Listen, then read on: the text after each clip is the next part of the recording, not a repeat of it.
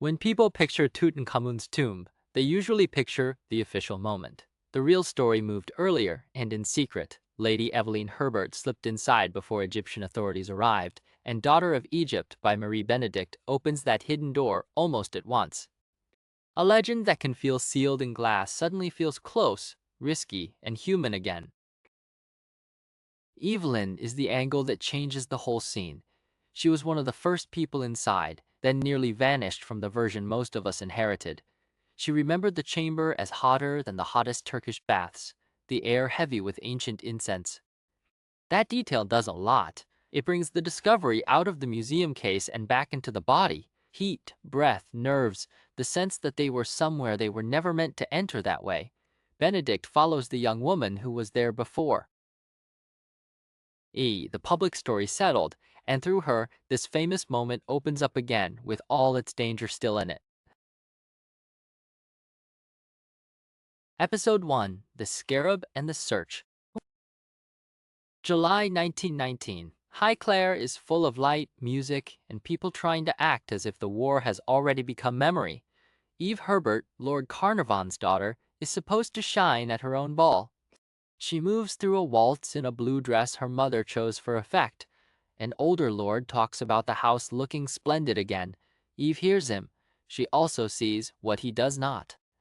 Highclere had been a hospital. Too many boys never came home. The room feels like an argument with the truth. From the gallery above, Eve's mother watches the floor with hard, steady attention. She does not need to speak. Eve knows what that gaze means. Dance, smile, be seen, make the evening count. Then the steward appears at the edge of the crowd. He gives Eve no sign beyond his presence. That is enough. She has been waiting for one man all night. When the music ends, she lets her partner go, opens her fan, and slips out of the pattern of the room. She moves behind silk shoulders and black coats, under the one blind spot beneath the gallery, and through a closed door. The library swallows the noise at once. She stands in the hush for one beat, wondering if she has made a fool of herself. Then she hears a sound from the smaller room beyond the columns and goes toward it. Carter is there beside Eve's father's desk, an open book in one hand and a tiny blue object in the other. "I thought you would never get here," Eve says. Carter gives her the brief, dry smile she knows from summers at Highclere. The museum visit took longer than he wanted. The keeper was cautious. Eve had given him enough questions to exhaust a lesser researcher. Then he says the one word that changes the room. "Colleague." He places the scarab in her gloved palm. It is small, blue-glazed, beetle-shaped, easy to miss beside the larger treasures in her father's collection. Eve had not missed it. She lifts it toward the light and studies the cut signs on its underside while Carter watches her do the work before he speaks. The museum keeper thinks the inscription may be right, carefully, with every scholarly hedge still in place. Even so, he thinks the scarab may name Hatshepsut. For a second, Eve says nothing. Her hand shakes. Hatshepsut has lived in Eve's mind for years. A woman who rose through the royal house and then had her name cut back out of it. A ruler who seems to survive in pieces. A scarab is still only a scarab. Yet this one feels like a hand reaching out of the dark. Hatshepsut? Eve whispers. Carter nods. He starts to explain that the name form looks early, from before full kingship, when a cold voice cuts straight across the moment. Eve turns. Her mother is in the doorway. No scene follows. That makes it worse. Eve's mother takes in the room in one look. Her daughter missing from the dance floor. A closed library. Carter standing too near. The whole offense lies there without needing to be spoken aloud. Eve goes back to the ball. The music has moved on. So has the evening. It feels as if she has stepped out of one life and back into another with the scarab still burning in her hand. Dawn rites and dynastic pressure. In Thebes, before dawn, Hatshepsut wakes to a hand on her shoulder and the smell of lamp oil in the dark. She rises because she must. She is still young, still heavy with sleep, and already burdened with an office that reaches into the center of Egyptian rule. Servants lead her through palace corridors toward the sacred pool. They undress her. She steps into cool water and sinks until sound goes soft around her. For one suspended moment, she is only herself. Then the ritual begins again. They dry her, dress her in pleated white linen, ring her eyes in kohl, set jewelry at her throat and wrists. When she enters the sanctuary with the high priest, the chanting and drums are already building outside. He walks in with her. He walks out backward. The last act belongs to her alone. Hatshepsut lifts the veil from Amun's image and stands before the god in the dark inner chamber. The office of God's wife of Amun gives her real power. She is not there as decoration. She is there to wake the god, to speak the right, to help hold the order of the day. Later, she sits beside her father in the audience hall and watches him teach power another way. Two officials are arguing over taxes. Her father does not answer at once. He stops the whole room with one command. Then he makes the men look at the double crown and explain what it means. Upper and Lower Egypt. Two lands, one rule. He drives them, by fear and by logic, to the answer he wants. The burden will be shared. The kingdom will not be split by petty interest. Hatshepsut watches closely. Her father is teaching her even when the lesson is for others. The next blow comes in the middle of her own audience, when a servant reaches her mother first and her old nurse second, and neither woman will say the news aloud in front of the chamber. Hatshepsut runs for her mother's rooms and finds a circle of women on the floor, keening around the queen. Her older brother is dead. He had also been meant for her as husband. In the royal house, those two facts had always lived side by side. Hatshepsut falls to her knees with the others and grieves for a brother she was never allowed to know in any easy way. Months later, she hears her parents arguing behind a door. Her mother wants a decision. Her father says he needs more time to prepare Hatshepsut. That stops her cold in the corridor. She stays there, still as stone, and listens while her father lays out her future. A younger boy from another branch of the household may have to take the throne. If that happens, Hatshepsut will marry him, support the line, and help carry rule until the child can stand alone. When her father calls her in, the decision is already moving toward law. He takes her hand and tells her they have much to do. Hatshepsut hears the praise in his voice. She hears the command under it too. Maps, fragments, and a veto. 2 days after the ball, Eve's mother corners her in the entrance hall after luncheon and tells her exactly what she did wrong. She did herself no favors. She ignored the few eligible young men present. She forgot the purpose of the ball. Eve knows every piece of that language. She also knows this is the wrong moment to fight. So she promises to do better, waits until her mother's attention shifts, slips into the library with a book as cover, and then vanishes through the hidden door into the music room. Carter is already there. The room becomes their secret workshop that summer.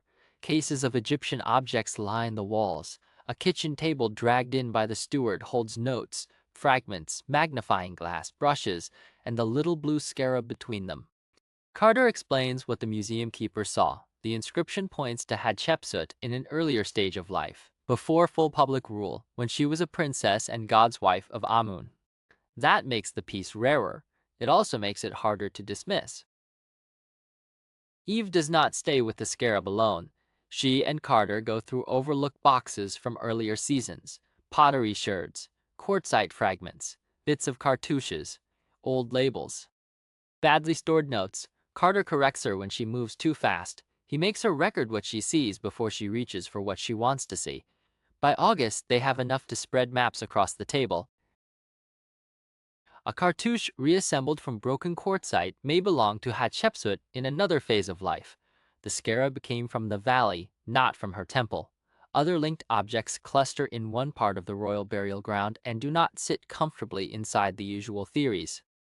Eve traces the pattern with her finger over the paper and says the thing she has wanted to say since the library. It could lead to her tomb. Carter does not laugh. He studies the map, then the fine spots, then the objects again. It could. That is when Eve's father walks in. In family scenes, he is Eve's father. Here, the work is in front of him, and the balance changes. Eve's father is also Carnarvon, the patron who decides where the team digs. He listens to the presentation. He hears Carter out. He studies the map. Eve feels hope gather while he looks. Then he shakes his head. Hatshepsut interests him. She does not command him. Too much uncertainty surrounds her burial. Too many disputed sites. Too many disturbed traces. If there is one major royal prize left in the valley, he says, Tutankhamun still makes more practical sense. A smaller rain can hide a richer tomb. The chance of a spectacular return is better. Eve pushes back at once. She says Hatshepsut matters because so much around her has been erased. She says the scarab and the fragments are a live trail, not a curiosity.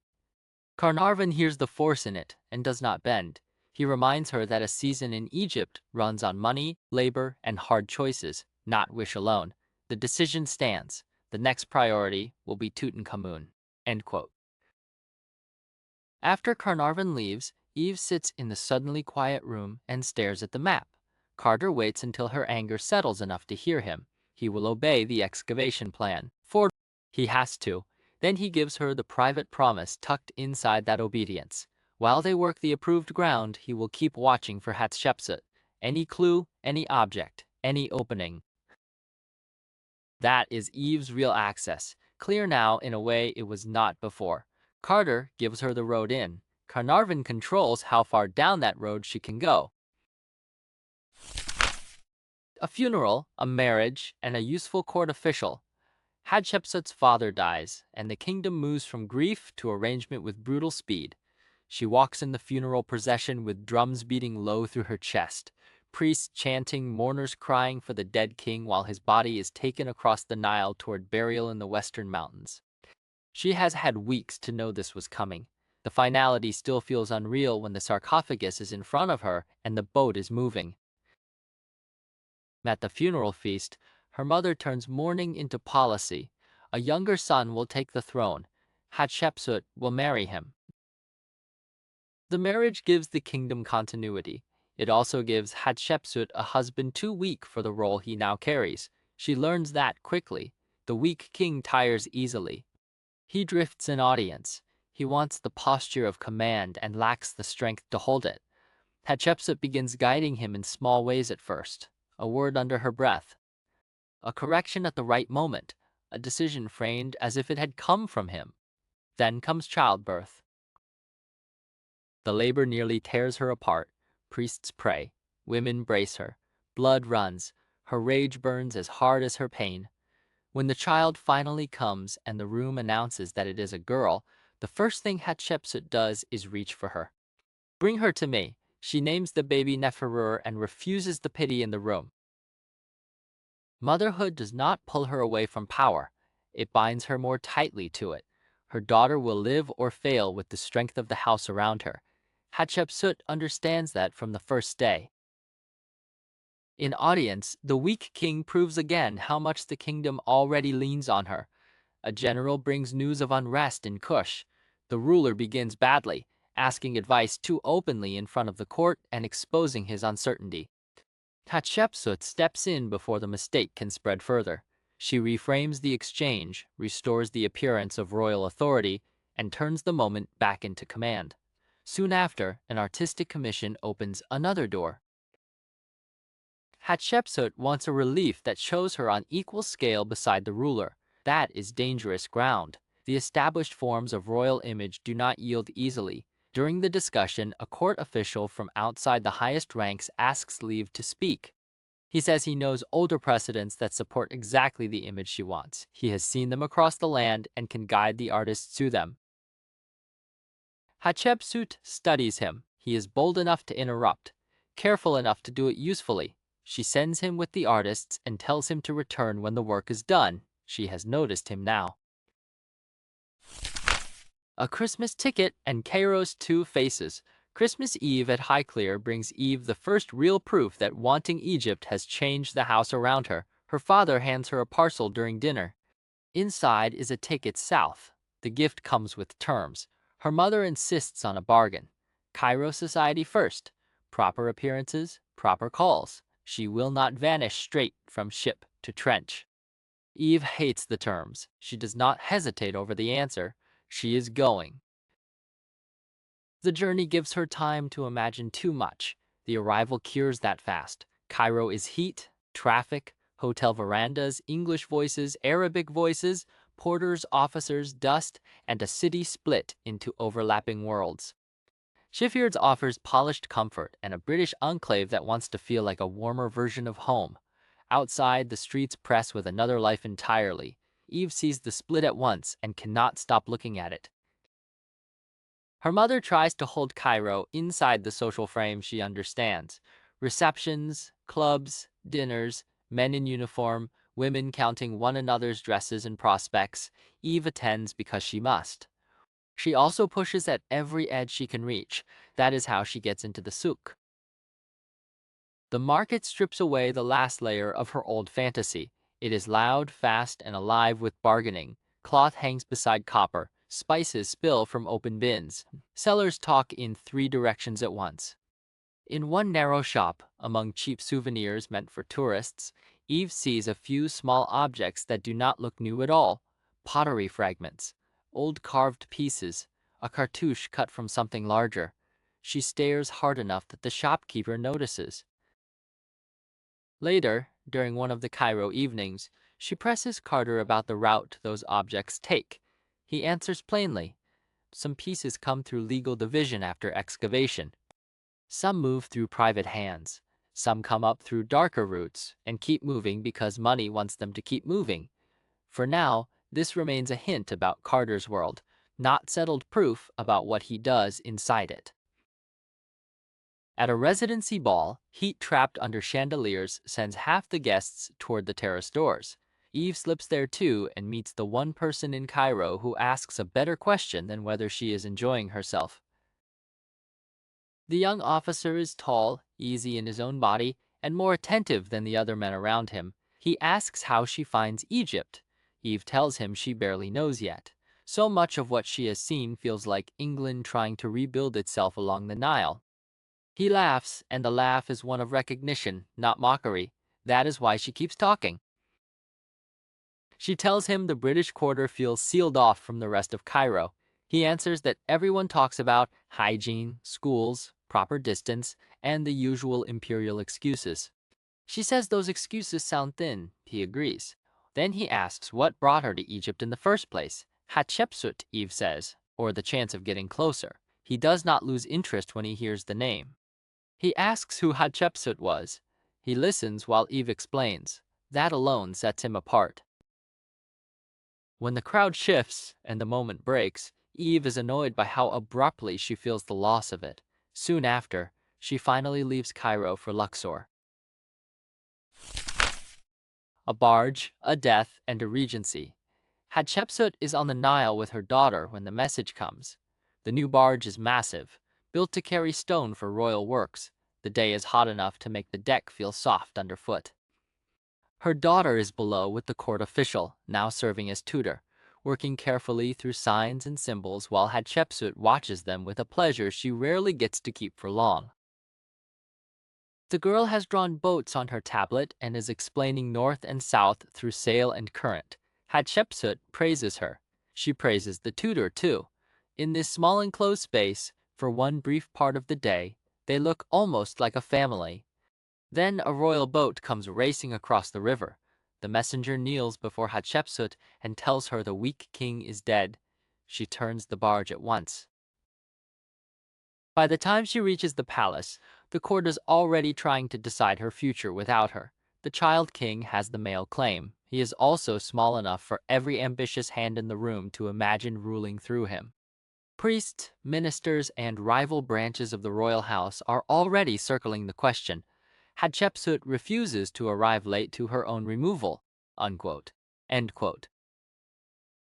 In the council chamber, she lets the men expose themselves in argument until she has heard enough. Then she uses the one authority none of them can easily challenge. She tells them of an earlier festival day when Amun's statue came to the palace gate and she lifted the veil.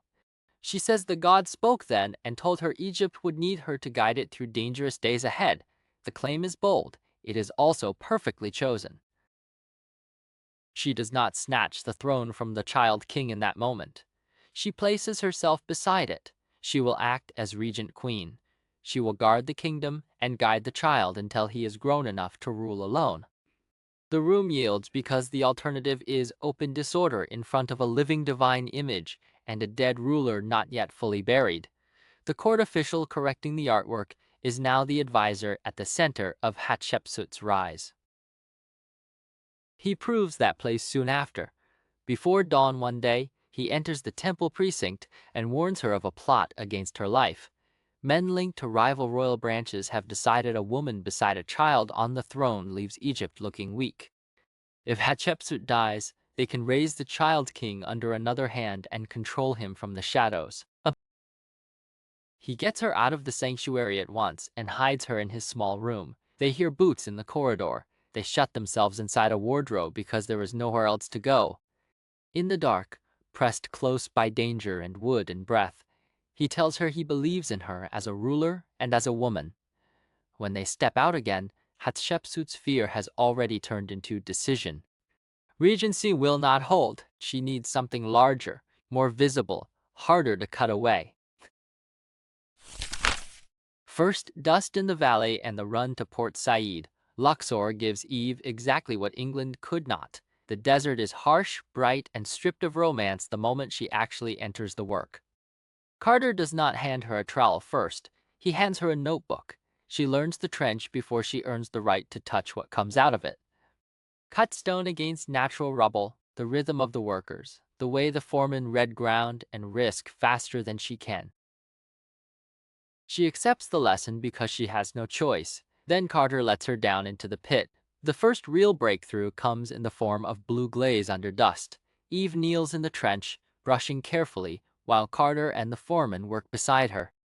One vase emerges, then another, then more. A cache, royal, whole enough to matter. When the first cartouche clears, Carter reads the name, Merneptah. It is not Hatshepsut. It is still a king. It is still real. Eve helps lift a vase from the earth with both hands and feels the weight of it settle into her palms. That feeling stays with her more strongly than the name. Her father is delighted by the discovery and disappointed by it at the same time. He wants a greater prize. Eve sees that. She also sees the way he looks at her when he realizes she can actually work. That matters too. The days that follow are hard, hot, and full of the less glamorous side of excavation. Recording, wrapping, rechecking, watching the foreman manage danger before it becomes visible to anyone else. The little boy at the site brings water and bread. The men clear sand by the basket. Eve's knees and wrists hurt by evening. She is happier than she has ever been in a ballroom. Then politics come back and break the rhythm. News from Cairo worsens. Routes grow uncertain. A British official warns that more unrest may spread south. Carter wants the exposed work secured. Carnarvon wants more time. The country settles that argument for them. They leave. Port Said is worse than the train north. The harbor roads are jammed. Their car stops in a crush of vehicles and people and will not move. The street belongs to protesting women. End quote. They fill it with bodies, chants, and purpose. Eve sees at once that sitting still means missing the ship. We walk, she says. Her mother thinks she has lost her mind. Her father hates the plan. Carter agrees with her. That decides it. Eve wraps a shawl over her head and mouth, does the same for her mother, and leads them out into the crowd. Her father comes behind with Carter close to him. For a little while the plan works. They stay inside the movement and head for the dock. Then a woman looks straight at Eve and recognizes her. "The English!" she shouts. The crowd turns. For one terrible moment, they are trapped. Then the foreman appears with a line of men linked arm to arm. He forces a narrow lane through the bodies around them and buys them the seconds they need. Eve pushes her parents forward. Carter stays at her shoulder. They run the last distance to the dock, reach the gangway as it is already being pulled back, and get aboard by one breath. From the rail, Eve looks back until she finds the foreman on the quay and gives him the only thanks she can manage in time. England says Egypt is not hers. Back in England, everything feels flat and overfurnished. Eve helps Carter in the music room when she can. She helps her father move objects and think through the next season. The Merneptah vases are real success. They still do not answer the question that sent her south. She feels the loss of the valley in her body now, which makes country house life harder to bear. At dinner one night, her uncle and his friend from wartime intelligence drag politics and archaeology into the same room and leave them there together. Egypt, they say, is changing fast. Nationalism is not going away. If Egyptian control deepens, why would a new government keep dividing finds the old way? Why would it go on letting foreigners carry away a share of its own dead? For Carnarvon argues, he wants the old system to hold. Carter says little until Eve asks him directly whether the winds of change are coming for the valley. They are already there, Carter says. Then Highclere hosts the nationalist leader. The meeting is formal at first. Eve and her mother receive the guests, guide them inward, and try to keep the weekend inside the safe lanes of country house hospitality. That does not last. The nationalist leader asks to see the library. Eve leads him there with one of his colleagues. The conversation moves through books, poetry, and Egypt. When he asks Eve what part of history draws her most, she answers honestly, Hatshepsut. That gets his full attention. Eve speaks about the damaged record, the erased names, the mystery that still clings to her burial. She means it as admiration and pursuit. The nationalist leader hears that, then gives her the answer she is not ready for and cannot dismiss. Hatshepsut belongs to Egypt. He says it calmly. That makes it stronger.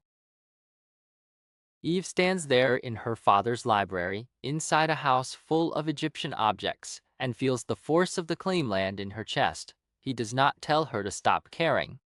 He tells her care is not the same as ownership. The sentence follows her into the next fight. On Armistice Day, after the service for the unknown warrior, the family sits in strained silence until Eve's mother says again that Eve will stay in London for the full season and leave Egypt behind. Eve has heard enough. She says the thing she has been circling since the ball. The argument is about purpose. Her mother found purpose in wartime work and now wants her daughter folded back into a life of calls, dresses, and a husband. Eve will not pretend those things are enough. Eve's mother answers with the hardest version of her view. Excavation is folly. A useful life for Eve lies elsewhere. Eve does not back down. She asks why purpose was allowed to her mother and denied to her. The room goes very still after that. The fight does not heal anything.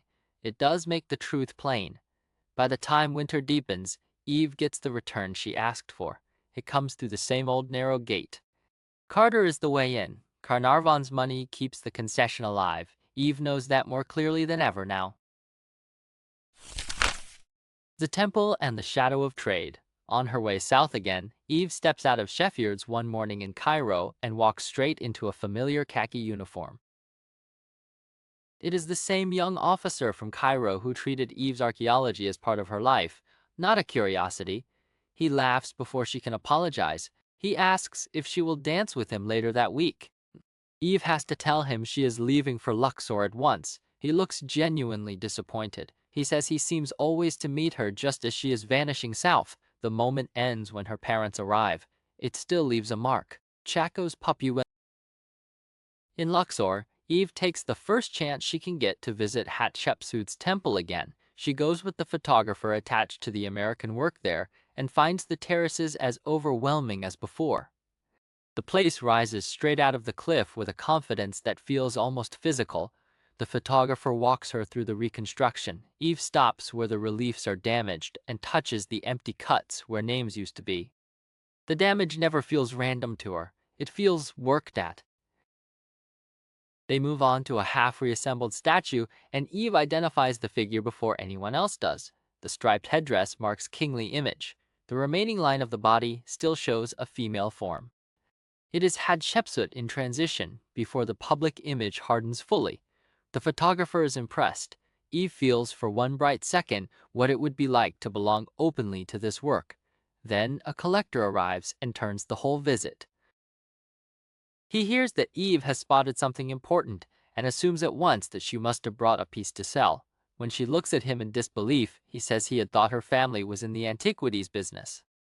Carter had shown around a fine 18th dynasty toiletry set the other day. Why should the daughter of a great collector be above the same trade? The accusation is casual. That is what makes it sting. Eve leaves the temple with her admiration for Hatshepsut sharpened and her trust in the world around excavation unsettled again. That evening, on the dance floor at the hotel, she presses Carter about it. He answers with more detail this time because she is asking harder questions. Legal division after excavation exists. So do old collections, private sales, illicit finds, objects turned up by villagers and dealers who smooth rough origins into respectable ones. An archaeologist can know the market because the market sits beside the field every day. Carter says it as if it were weather. Eve asks whether illegally found pieces are also resold through those same channels. Carter says yes, often. Authorities look away more than they stop it. For now, this remains a hint about Carter's world, not settled proof about what he does inside it. That is enough to trouble Eve. She still trusts Carter in the trench. She still needs him there. She can no longer pretend the world around him is clean. Add. The Festival Crown. In Thebes, Hatshepsut and the advisor search old records for the thing she needs most, precedent. He finds it at last in the form of earlier women who had moved toward kingship. One of them matters greatly because the surviving image gives Hatshepsut a method. The woman appears in a queen's gown with a king's kilt and crown layered over it. She did not ask the people to accept everything at once. She taught them how to look first. Hatshepsut takes the lesson. The princess we have followed now asks her people to see her differently. At Opet, she dresses in the Atef crown and the Shendit. The weight of both changes her body before she even steps outside. She knows the danger of the act. She also knows Regency will not save her from men who think a woman at the center of rule can still be removed cleanly. The procession moves through heat, incense, drumbeat, and crowd pressure. Priests carry Amun's bark. Guards hold the route where they can. The people watch the ruler in front of the god and take in the change. Some understand at once. Some only feel that something has shifted. Hatshepsut senses that the image alone may not be enough. By the time they reach the temple, she has decided to push harder. She climbs a platform, calls for attention, and has a great carved relief brought forward where all can see it. The scene on the stone shows Hatshepsut kneeling before Amun in the same regalia she wears now, with the god's blessing over her. She does not leave the meaning for rumor to finish. She tells the people she stands before them dressed this way because Amun himself ordered it and blessed it. The claim runs through the crowd. It is bold, it is public, it is now tied to festival memory, divine image, and her own body all at once. Inside the temple after, the servants strip away the regalia piece by piece. Hatshepsut wants one voice before all others. She sends for the advisor and dismisses everyone else when he arrives. He tells her she was magnificent. She asks if he truly means it. He says yes, then reminds her with quiet amusement that she added her own force to the plan and sharpened the message in front of the whole city. No one rioted, no one fled. The image held. That is the last distance she needs to cross in private. She steps closer, tells him he has stripped away barrier after barrier between her and the power she needs, and says there is one barrier left between them. This time, she does not wait for danger to force the moment. She rises toward him and kisses him first. Their alliance has already reshaped the state. Now it changes form between them as well. Stairs, empty stone, and another departure. By the spring of 1921, Eve is back in the valley with harder hands and a sharper eye. This season, the site has been chosen through weeks of comparison, argument, old records, and the half-chaotic logic that comes from trying to work in a valley already disturbed by centuries of robbing and years of excavation. Eve and Carter settle on one promising stretch and lay out a grid over it. Eve's father lets the plan stand. One morning, Eve sees a line in the sand that looks too straight to ignore. She points it out. Carter sees it too. The men clear carefully. The line becomes the top of a stair. Then another. Then another. Baskets go up. Dust rises. Eve's father and mother plant themselves above the trench to watch. Every step cleared tightens the air around the pit. The third step, they find a fragment of a travertine jar with the name of a great earlier queen on it. Eve brushes the dirt away with shaking hands. Carter reads over her shoulder. Hope surges.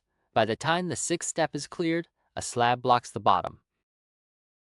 Workers chisel around it while Eve waits with the torch in her hand. Carter offers her the first look once the opening is ready. She barely trusts herself to answer. Her mother protests when Eve tucks her skirt up into her belt for the descent. Eve ignores her and goes down. The slab has no visible seal. She checks it with her hands anyway. Nothing. Carter gives the word. The men pry it free. A chamber opens behind. Footnote: Eve steps to the threshold, lifts the torch, and feels triumph collapse almost at once. Bare walls, rubble, no rich burial, no ordered deposit. Inside, the chamber feels stripped and abandoned. She goes in with Carter anyway. He studies marks on the floor and says the place was either robbed long ago or emptied before a full burial ever settled there. Eve's hope drags itself toward one more possibility when they spot a seam in the far wall. Then the chamber comes down.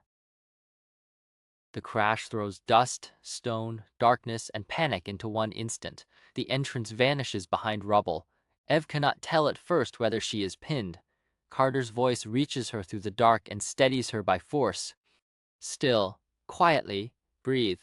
She obeys because there is nothing else to do. Voices filter through from outside. Carter answers in Arabic. The trapped heat climbs quickly. Time blurs. Eve paces in the tiny space when she cannot bear to sit. She tries to imagine the next site they would test if they get out. Carter talks with her because keeping her mind moving is the best tool he has. When the first clear knock comes through the stones, both of them hear it. The foreman is outside with the men. He gets support in place first, then removal. That is why they live.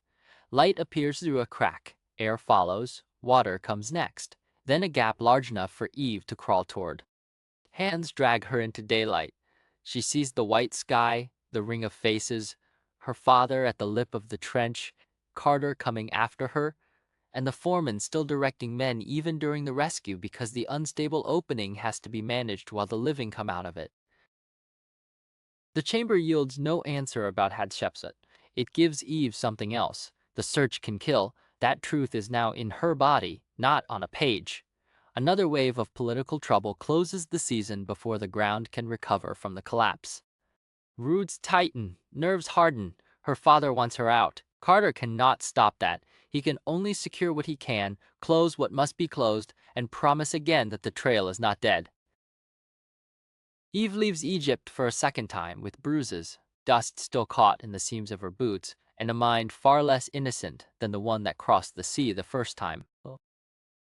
She has real fieldwork behind her now. She has lifted royal objects from the earth. She has seen a temple speak through damage. She has watched the market shadow the trench. She has heard an Egyptian nationalist tell her Hatshepsut belongs to Egypt. She has survived a collapse because Egyptian labor and judgment move faster than fear. As the ship turns north again, Eve stands at the rail and looks back until the shoreline thins into light. Hatshepsut is still missing. Carter is still her door into the field. Carnarvon still controls the money and the ground. None of that is abstract anymore. It is the shape of her life, and it is narrowing even as she learns how to work inside it. Episode 2, The Sealed Tomb and the Final Break. Eve comes back to London with real field experience behind her, real doubts about the system around it, and one last chance to keep working in Egypt. You can hear the change in her almost at once. At the Burlington Fine Arts Club, people drift past cases of ancient Egyptian objects as if they have only just discovered Egypt for themselves. The room is full of velvet mounts, labels, collectors, social climbers, and borrowed prestige. In the middle of it, the young officer from Cairo has kept writing, and he now returns as the man who treats Eve's archaeology as part of her future. He asks her how she got out of the collapse chamber alive. Eve starts telling it like an adventure. Then she checks herself. She remembers who actually cut through the rock for them. Ahmed, one of the foremen, had crawled into danger and opened a way out. After that first mention, he settles back into the simplest label that fits him best, the foreman. Eve says plainly that she and Carter might not have come out at all without him. The young officer does not turn that into a joke. He says he is in the foreman's debt. Eve notices that at once. Most people. Like the danger once it has become a polished story. He is listening for the debt inside it. The room around them sharpens that feeling. Funerary bowls, jewelry, ushabti, gaming boards, bronze figures, all of it now sits under London light. Things made for the dead have become objects for display and ranking. Eve's father has lent pieces to the show, and she watches him move through it with that familiar double air of pride and irritation. He wants admiration. He also wants to know why another lender's broken fragment is getting more praise than one of his own statues. Eve hears more th. And collector's vanity in that complaint. Approval sounds dangerously close to value now, and value sounds dangerously close to money. The cleanest moment of the afternoon comes when she stops short before one case. Inside it sits one of the Merneptah vases she excavated herself